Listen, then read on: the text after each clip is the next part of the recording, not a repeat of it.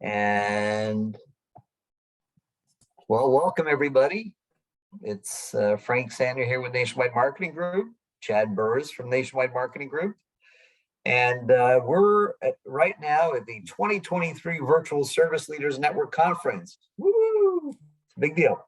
So what we want to talk about today is the notion of additional revenue for your service department, which is well received. Everybody's looking for ways to create new revenue. And the idea of that revenue coming through service contracts, through your service technicians. We have the one and only Chad Burris, who he could sell icebox to an Eskimo. So we know he's better than most people at this, but to kind of set up the scenario and how this would work, he's probably going to have some questions for everybody to make sure that as this thing works its way through the development curve, it ends up being something that's very usable by every one of your service departments. So Chad Burris, good friend of mine, been with Nationwide for 7 years. If I get that wrong, that's possible. Frank, and I'm going to turn it over to Chad. I just celebrated my 10-year anniversary in the buying group. Can you believe that? Way off, way off. Yeah, don't sell me short there. Thank you, Frank. We really want to keep this an informal type of a discussion because Frank and I have this bug of an idea where we want to develop a program that is specific to service technicians in the customer's home. But in saying that, what we have today with Epic Protect still works, is still a viable program for your technicians to sell in the customer home. And so we'll focus on how do we get our techs to do that, right? A lot of times technicians will look at you and go, one, I'm not going to do technology. And then two, I'm certainly not a salesperson. That's why they're in the industry they're in, because they don't want to sell to anybody. And I'm sure you have people on your staff that are like that. Some people are great technicians and can also sell naturally too. They're great people persons, and this won't be as big of an ask for them. But I think what we want to do first is talk about the opportunity here. And when we look at who's in the home on a manufacturer warranty call from your department, your service staff. I want you to be thinking about specifically for your business, how many in warranty calls are you running every single week? And then add that to the number of just COD calls that may be run in years 2 and 3. And so if you kind of think of that number, just a ballpark, there's your opportunity of how we can attach a protection plan to that appliance. And so we're not talking about a small number. We know these things break. We see it in the extended warranty data. We also know that you guys see it on the COD and warranty side. So there's a big opportunity here for each of your service departments to make some more revenue profit here by adding a protection plan to that appliance. Another great side of this is your service technicians. You can give them a chance to make some extra commission, and that may speak to a lot of people. I know typically they get paid, either hourly or maybe by the job that they do, but give them a chance to earn a little bit extra. I always talk about when I started my career in this industry, it was actually at Best Buy. Don't hate me. I wore a blue shirt at a big box, but that's where I learned all of this. And we were not a commissioned employment. We were salespeople. We're in a blue shirt on the floor. I worked in home theater department. And our job was to sell warranties on every television that walked out our door. And for the most part, we did. We were very, very good at attaching protection plans, but we weren't paid for it at all. And so my philosophy would have been, man, as good as we would have been 2 or 3 times better had we just been given, say, a flat fee commission for every black tie protection that we sold on the television.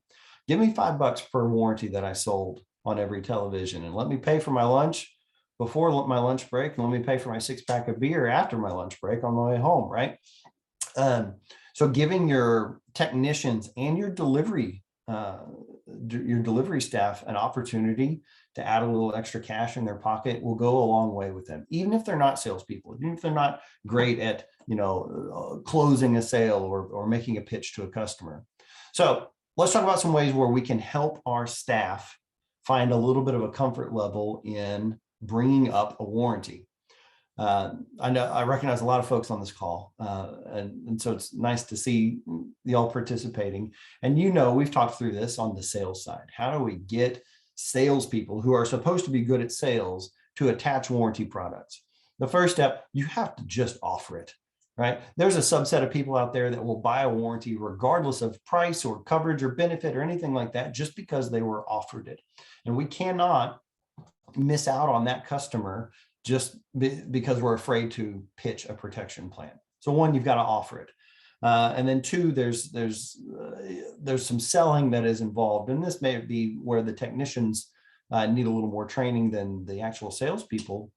But if we talk about benefit selling, again, those terms may scare away technicians, but they're the ones that are in the customer's home at their time of need. If we look up the Webster's dictionary for definition for the word crisis, it's an event that happens causing a time of need. And so we are there at a customer's home in a crisis. Something has broken, something that they have bought fairly recently, if it's still in manufacturer warranty, something that they've bought that they've expected to work. They've spent their hard-earned money. It's in their home. It's an essential part of the home. And now it doesn't work. And they've had to take time off of work and pull money out of their pocket, extra money out of their pocket, to bring one of your technicians into the home to lay on their kitchen floor and fix their refrigerator. I mean, what an inconvenience for everyone involved. So it is truly a crisis. And so when we're on the sales floor and we're talking to customers as salespeople, you're not in that crisis mode. You're painting the picture of the what if crisis, which is a little more difficult. You don't want to scare away customers saying, hey, this product will break. And if it does break, how are you going to pay for it? No, you're trying to sell them a product that you hope will last. But the reality is now our technicians are laying on that kitchen floor, looking underneath the dishwasher, looking in their laundry room behind the washer and dryer, whatever the case may be. And they truly are helping a customer in crisis mode. There's no picture that needs to be painted. Here we are, right here. So getting our technicians comfortable saying, hey, something like, here's your bill. Here's the problem. Here's what it'll cost. Here's what Whirlpool is paying because it's in manufacturer warranty. I'm sure glad it is, but shoot, I've got a program that'll help cover you from this if something were to happen again outside of manufacturer's warranty. And that's not a sales pitch. That's not you don't have to paint a picture. There's no what if scenario really there. This has happened right now. You have a breakdown. Here's how I can help you pay for this if it ever happens again. So I think the first step, you have to get your salespeople together, your technicians together, and offer it as an opportunity for them to earn more money. Guys, you work hard for me. I appreciate everything you do. This is, a lot of times an unglorified job. And I want to reward you, my technician staff, because I trust you and I depend on you. I want to reward you with an extra commission opportunity. And yes, it is by selling warranties. And I know you don't want to be salespeople, otherwise you'd be on the sales floor. But this is an opportunity for you to pitch a solution to a customer in the home after they have a breakdown. And when they say yes, one, it's good for the customer because they're adding coverage for years to come. Two, it's good for you because you get extra commission, which is great. And then three, it's good for the company because it does help overall company profitability. So it's a win-win-win, Mr. Technician, for you to take the opportunity just to ask. Hey, Chad, and so what I'd like, somebody have a question? Well, let's try to open up some discussion on this thing, because this is a very, very interesting scenario. And what I'm wondering about is, just as it is with anybody, anything that's easy and less friction is more likely to get done than if something is just so many steps, so many things I need to do. Tell us a little bit about the operational side of this. How would you got a money situation, so payment, and then you've got record this somewhere and pick the plan and everything else. How do you make it so that the service technician doesn't lose track of what they actually sold because there's no system or paperwork? Tell us a little bit about that. Yeah, sure. I think the easiest thing to do, if you have a technician that is collecting payment in the customer's home with an iPad or a phone or something like that, put a line item in there on the receipt that says that they added a protection plan. That the service technician is not responsible for registering the plan, right? But if they are taking payment from the customer and the customer goes, yeah, I do want to add that warranty, give them the ability to add it into that payment right there for the repair and for that. If it's a manufacturer repair and the customer's not paying for anything, I think there's an opportunity here, and this is where I'm going to lean on you as service managers for help. Get a commitment somehow from the customer that you can do it. And if the technician's not taking payment from the customer that day, have them call the store, have the technician take his phone and call the store right then and there. Because you don't want to get the get the customer to say, yeah, I want the warranty, go back to the store and then have the store call the customer 2 days later to try and add it. You're going to lose adoption there. So some way for the technician to call into your store's customer service department to go ahead and do that transaction right then and there. Because the customer is not going to back out if the technician that they just committed to is still standing there and you're using his phone to call into the store. But the technician is not responsible for registering the plan. That happens at the store level, I would imagine. Is that kind of ring true with anybody there? Yeah, we got Beth, we got Luke, we got people that can kind of voice. Is this a scenario that even makes sense in your store? Can you, or in the field and customers' homes? Can you see this happening, or what are the obstacles to what I described? Because he's going to take that back to the EPIC program and kind of create the requirements. Well, I know that the program says that the customer, when we file the warranty, that they're supposed to be getting a copy of their contract within a couple weeks of us filing. I do know that that's not happening because I've got a combative customer I'm working on right now that they aren't getting it or didn't get their email. So, but that does take it out of the technician's hands if we tell them that this is what the process is going to be. We just need EPIC on their side to do what they say they're supposed to do. And the EPIC, the contract delivery portion, was that Beth? Was that you, Beth? Yes. Hey, Chad. Just to clarify there, so you guys are submitting through a file, correct? Yes. Not right. 10th of the month, yes. So when you submit the file, that triggers the 2 weeks. So if you sold a customer a plan on the 11th of the month after you submitted last month's file, and you didn't submit them until the 10th of the following month, correct, that's when the 2 week timer counts in. So a question to be answered there, but let's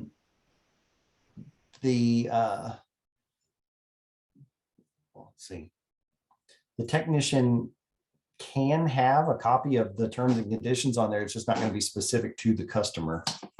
I don't know. A good thought. We want to make sure we're getting the customers what they expect when they buy something. Yeah. And now how does the email, this is sent by email to the consumer, right? Chad, the terms and conditions? So long as email is captured, yes. And if the email is not captured, or what if there's a bad email address? It should get rejected and then it reverts to the customer address. They'll mail a terms and conditions copy to them. It'd be good to check to see that there's somebody actually manning the ones that were undeliverable by email, and then so they end up doing regular mail, because it's important that customers get their terms and conditions. Well, no question about that. It's a compliance issue if they don't. Yeah. Let me ask this too. We are in the middle of rewriting a new training series that we're going to take to Prime Media and do a video shoot. And the thought would be, is it worth it to spend the money to shoot an extra one to train technicians and delivery people on how to sell? Is that something that would go over well with this group here? So anybody just speak out. I mean, this is meant to be a very interactive session. And is it something that you would like to have that type of training available to your technicians and delivery people? I mean, the inclination is sure, but are we getting a sure from this audience? It's just come off mute. Okay. Now the chat's lighting up there, Frank, so that's good.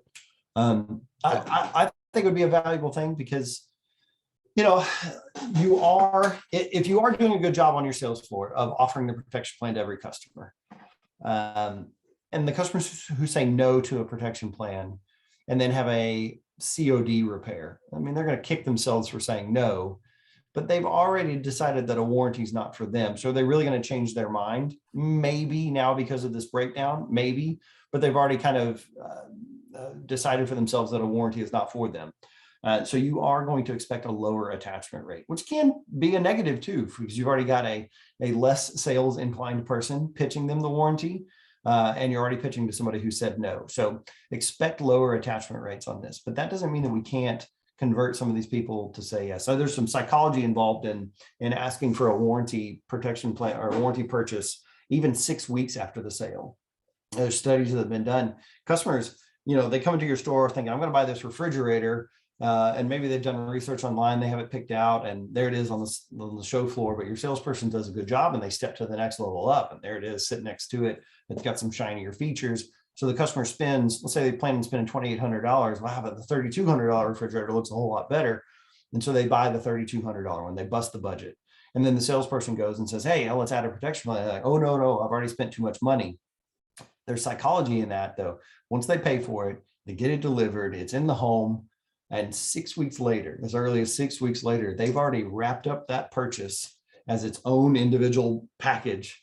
And now it is a purchase they've already made in the past, and it's in their head. And so now the warranty comes back with another offering. We'll do what's called a missed opportunity. And it says, hey, notice you didn't add a protection plan in the store. It was $255 or $299 or whatever the price is that you set, but now it's a different purchase. So instead of a $3,200 purchase plus a $300 warranty, making it a $3,500 purchase. So it's now a $3,200 and a $300 separate.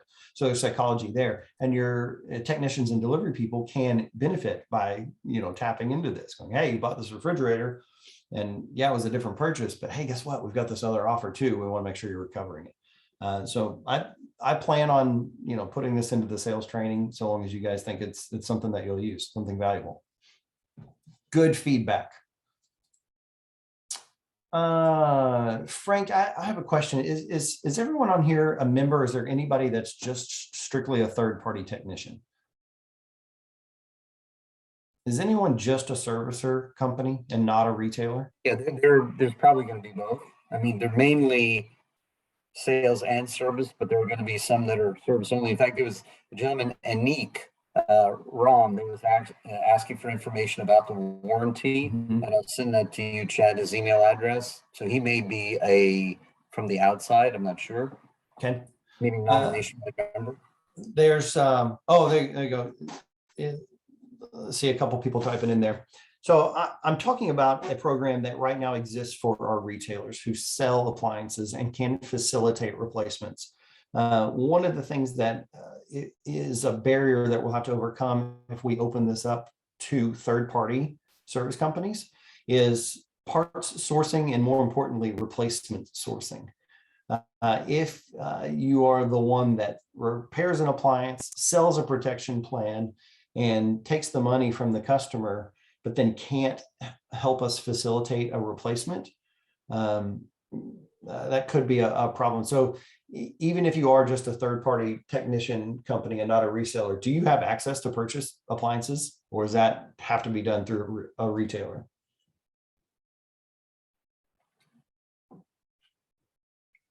It could have to be done by somebody who has an account to be able to buy the product. Now, Sure. Some of these independent servicers may be selling used appliances, which are not regulated, so anybody can do that.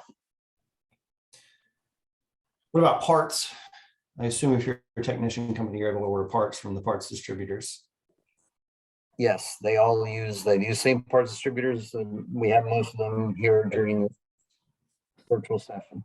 So the goal would be for those couple technician service only companies would be to develop this part of the program that you could sell this to. But today's iteration of it is a retailer only program. So if there's anything else I'm forgetting on that side, shoot, let me know now so I can go build it in the first run instead of come back after doing something wrong. It feels like, because it's service, we do have a fair number of retailers that own a service company, but it's actually a separate company. And if they wanted to sell service contracts, you know, we want to make sure that they're not excluded just because they're not actually part of the same business as the retailer. Frank, question for you then, would they still be considered part of the nationwide retailer? Would they have an NMG ID? Their the retail business would, but the service business would not. Yeah. I mean, we've never really gone down this path. Yeah, we and haven't. that's why, but it's very real. There's several of them that have that. Yep. And more of them are going in that direction because if you actually have more latitude in service if you have a separate name. You know, you don't have to worry about something happens in service where you have to say no, which you have to say no once in a while, and that affects your retail business. That won't happen if it's distinct and separate. Okay, so there's some things to work on for that. If you think of anything after this, please get in touch with Frank. Frank can get in touch with me. We can help develop and flesh this out. But let's do a quick recap, and then I'll let you get on to a session, which I guess starts at 3 o'clock Central. Is there no one, Frank? Recapping. There's an opportunity for your service technicians and delivery people to still attach the warranty. There's no change in coverage. There's no change in price to customer or to you. They can offer the exact same program at retail. So long as you are a nationwide retailer right now, they can offer the exact same program as the salespeople are offering. I would encourage you to not only run through a few different scripting scenarios with those technicians, have them practice with each other and work on a pitch that is comfortable to them. It can be as short or as long as they need it to be, but get them at least comfortable saying 1 or 2 lines about adding a protection plan, because they are in a customer's home during the crisis for the customer. So they have the opportunity to do that. We know that you're not attaching warranties on 100% of sales that are sold at retail, but we also know that you're in those homes of the people who said no. So we have an opportunity. Do some homework and figure out what that could mean for your business. It could mean something very significant. If we start attaching, say, a 10% attach rate of every service call you run, what does that look like for your business? And then lastly, encourage your encourage your service technicians that this is an opportunity, not a job, not a chore, not something that you're demanding of them that they do, but an opportunity for them to earn some extra commission money on every call that they're already running. And I think if we package it that way, with the spirit of, hey, we're giving you a chance to earn more money, a chance for a raise, then the response is going to be a little more positive than just adding the notion that they have to now sell warranties when they're in there repairing appliances. Thank you so much. I'm at my 5-minute mark. Any final questions before we let you go?